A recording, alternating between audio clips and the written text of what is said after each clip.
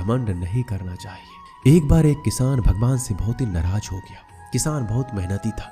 वह बहुत मेहनत से खेतों में अनाज उगाता, उसकी देखभाल करता था, पर अक्सर उसकी फसल खराब हो जाती थी। कभी सूखा पड़ जाता, कभी बाढ़ आ जाती, कभी तेज धूप, कभी आंधी की वजह से उसका फसल खराब हो जाता।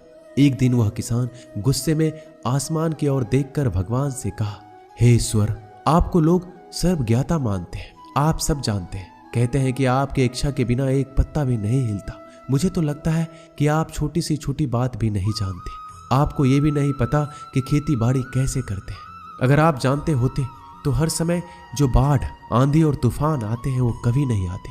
आप नहीं जानते कि कितना नुकसान उठाना पड़ता है हम किसानों को। यदि आप मेरे हाथ में यह शक्ति दे दे कि जैसा मैं चाहूँ मैं मौसम वैसा कर दूं, फिर आप देखना मैं अन्न के भंडार लगा दूंगा।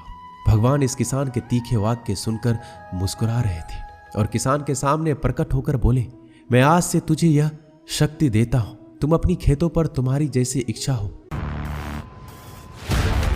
मुस्कुरा रहे थे और किसान के सामने प्रकट होकर बोले, मैं आज से तुझे यह शक्ति देता हूं, तुम अपनी खेतों पर तुम्हारी जैसी इच्छा हो, तुम वैसा मौसम कर दो, मैं बिल्कुल भी दखल नहीं दूंगा, तुम्हारे इच्छा से सब कुछ होगा। किसान बहुत खुश हो गया।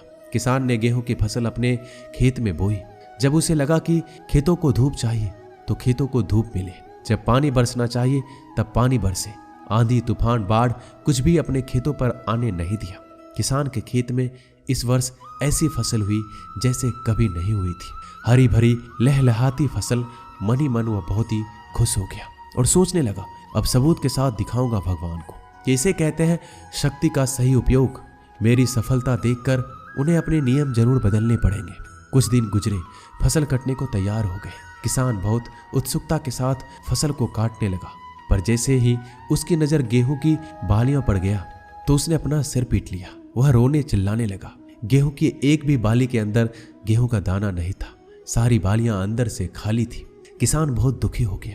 उसने भगवान को रोते हुए पुकारा, हे प्रभु, तुमने मेरे साथ क्या किया? क्या तुमने मुझे कोई सजा दी? भगवान बोले, पुत्र, ये तो होना ही था। तुमने पौधों को संघर्ष करने का मौका ही कहां दिया। ना तो तुमने उन्हें आंधियों से जूझने का मौका दिया, ना ही तेज बारिश सहने दिया, ना ही धूप में तपने दिया।